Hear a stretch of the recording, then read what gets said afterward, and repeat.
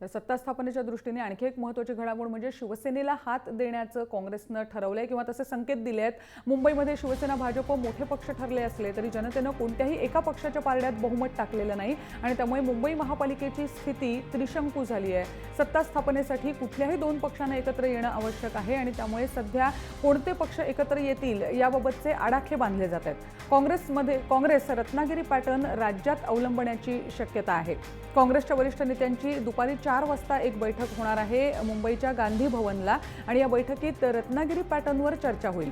शिवसेना काँग्रेस युतीबाबत चर्चा होऊ शकते अशी माहिती सूत्रांकडून मिळते आहे आणि त्यामुळे मुंबईतल्या सत्ता स्थापनेच्या घडामोडींना वेग आलाय। त्याचबरोबर औरंगाबादमध्येही रत्नागिरी पॅटर्नची शक्यता वर्तवण्यात येते आहे।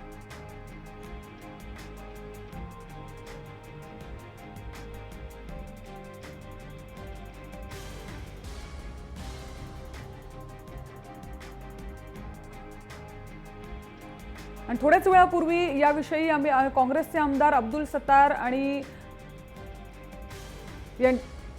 चंद्रकांत खैरे शिवसेनेचे यांच्याशी चर्चा केली होती फोनवरून। ते काय म्हणाले याविषयी ते ऐकूया।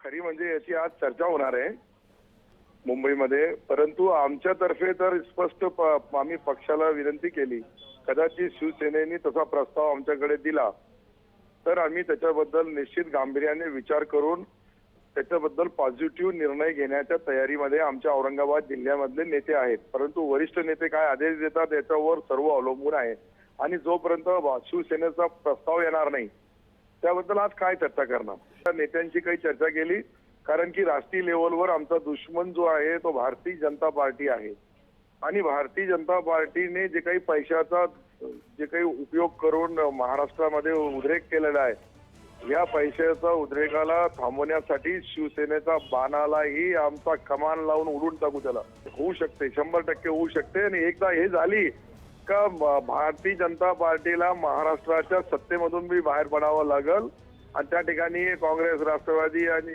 शिवसेना एकत्रित येऊन त्यांना त्या ठिकाणी शिवसेनेला आम्ही पाठिंबा देऊ। बाहेर दगडापेक्षा वीट मऊ हा सर्व निर्णय माननीय उद्धवजी ठाकरे साहेब शिवसेना पक्षप्रमुख घेतील, आम्ही कोणीही घेणार नाही। एक तिथं अनेक वर्ष काँग्रेसच्या विरोधात आम्ही लढलो, त्यांच्याबरोबर सहकार्य कसं होईल।